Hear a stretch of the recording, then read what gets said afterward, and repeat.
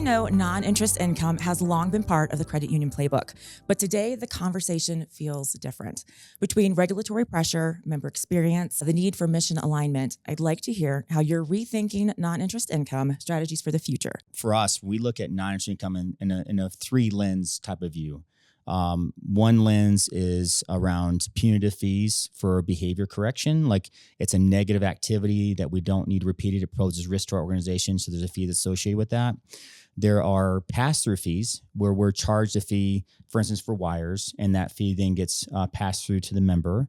And so that's another source of non-interest income. And then finally, the third piece is value added. These are things that are going to be like gap, mechanical breakdown, wealth management, insurance services, those kinds of positive income streams where it's a win-win for both the organization and the member owner. And so for us, it's really how we focus in on that. Mm-hmm.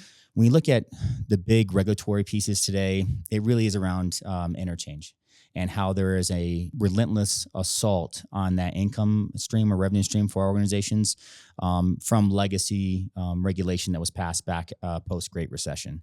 And so I think right now, the idea that the government now is going to dictate to us that we're a break-even business model around interchange income, I think is going to be somewhat difficult for many organizations because that amount of money that we can have is based on what the large banks of $2 trillion in assets are really saying what their costs are versus what our costs are. Mm-hmm. And you just think about any business model as fixed costs and variable costs. You know, we all have kind of a layer of fixed costs, but the variable cost is really where the bigger banks win.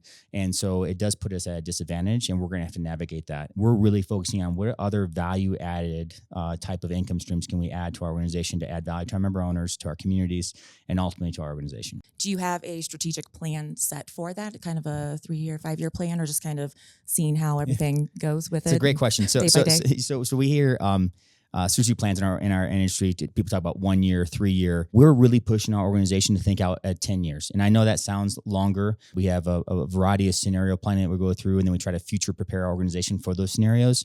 And so, yes, we do. Obviously, the cone of uncertainty gets wider as you get further out with the time frame. But for us, we do have those initiatives lined up over the next 36 months at a very detailed level. Mm-hmm. And then from that, it's more of a strategic boundary type of approach. Well, first off, I'd like to talk about how we have done some sale and leasebacks on some of our buildings that we've had forever. We've been around for 79 years. So some of our buildings were paid for. Mm-hmm. And there's a huge opportunity out there with people in the commercial lending and commercial property arena. And we had huge interest in it. Oh, wow. So we kind of took that as a strategy last year for this year in our strategic plan. And it's paid off to help with our non-interest income. And there's been other things that we've done, such as fees, looking at doing a deep dive in fees. We were a little bit on the low end on some of our fees structure, so we did look at that too.